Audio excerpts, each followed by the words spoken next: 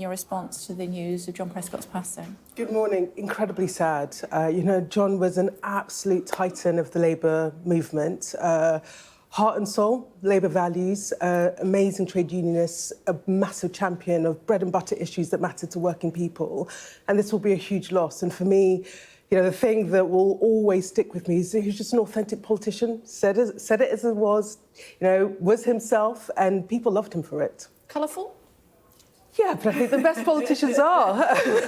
Didn't mince his words, but he was all heart. And he would walk into a room and he would light that room up. And, I was in my youth in the Labour family when he was at the very sort of top of the Labour movement and was inspiring to us because... Did you ever meet him?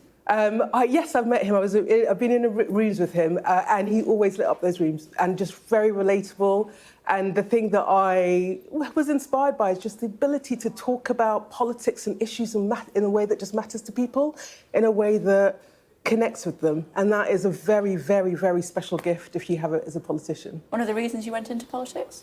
Yeah, he was part of that generation of leaders that, connected our values to the stuff that matters to people on the ground, pushed for ideas. He was Environment Secretary, made huge progress on things like climate change, made huge progress on things like workers' rights and issues that mattered. So, yeah, very inspirational for many of us. Tell me about your Warm Homes plan. So, look, let me say a little bit about the reason why we're putting this plan in place. The reality for people across the country at the moment is that energy bills feel unaffordable. And the reason they feel unaffordable is because of our reliance and our dependence on global fossil fuel markets we don't control, and the abject failure, quite frankly, of the last government to upgrade enough homes and insulate people from these high prices. So we are determined to try to fix this. That's why we're running to deliver clean power, homegrown power by 2030. And a key part of that is this plan to upgrade millions of homes so that we can make them cheaper and cleaner to run. And as a first step, we're announcing £3.2 billion in order to upgrade up to 300,000 homes so that we can make those homes warmer and critically to cut those bills, particularly for low-income households. We are expanding our scheme that offers £7,500 off the cost of a heat pump so that we can help people make that transition. And we're lifting 1 million renters out of fuel poverty by improving the standards in the private rented sector and the social rented sector. So, a package of support that we hope will help people with their bills, will help cut costs and critically make sure that people are warm and comfortable. And you're taking winter fuel payments off pensioners. Listen, the Chancellor had to make a tough call on winter fuel payment, but we've been really, really clear that we're going to do everything that we can to support vulnerable households. And whether that's pensioners or, families with kids who are far more likely to be in fuel poverty, we're trying to support them. And that's why, we've been working with suppliers to put in place a winter support package this winter. And yesterday we announced £500 million that suppliers are putting in order to support vulnerable customers. That's in addition to the £500 million through our Warm Homes discount that will help over 3 million households and help them this winter. But look, the key thing is we've got to help push down bills for the long term. And that's why our package of support to upgrade homes is so important and why we have to make that sprint to clean power by 2030. Use some of that £3.2 billion to keep pensioners warm this winter. Well, listen, we are providing support for pensioners and others. It's really important. There are lots of people... figures, 100,000 extra pensioners are going to be in fuel poverty. And there are lots of people, pensioners, but also, there are families with kids that tend to have a higher likelihood of being in fuel poverty that are worried about bills, and we know that.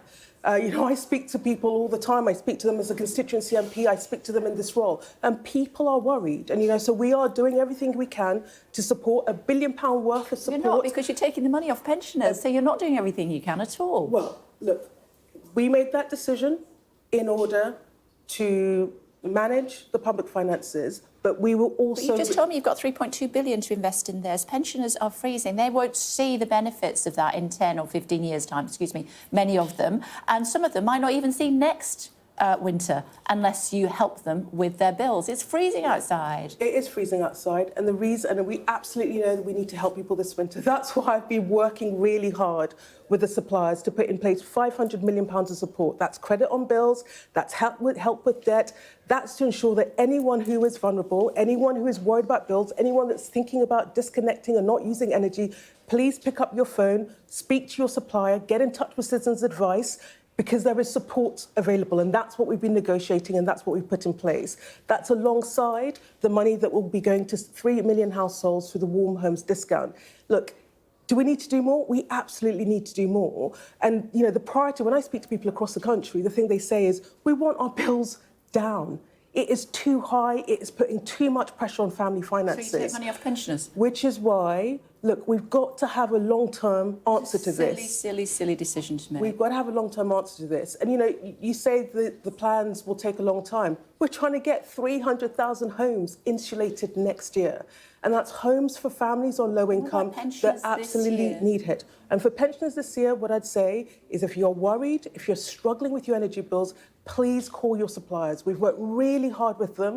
You know, they've got an obligation to help customers that are vulnerable. You have an obligation to look after pensioners who have contributed throughout their working lives to be able to provide the 3.2 billion that you want to invest. They've worked their whole lives and they can't put their heating on. And Kay, we're putting in £1 billion worth of investment in order to help customers that are vulnerable, and that is pensioners, but it is also households that are just struggling with bills. And, you know, so that means that there is tangible support for people.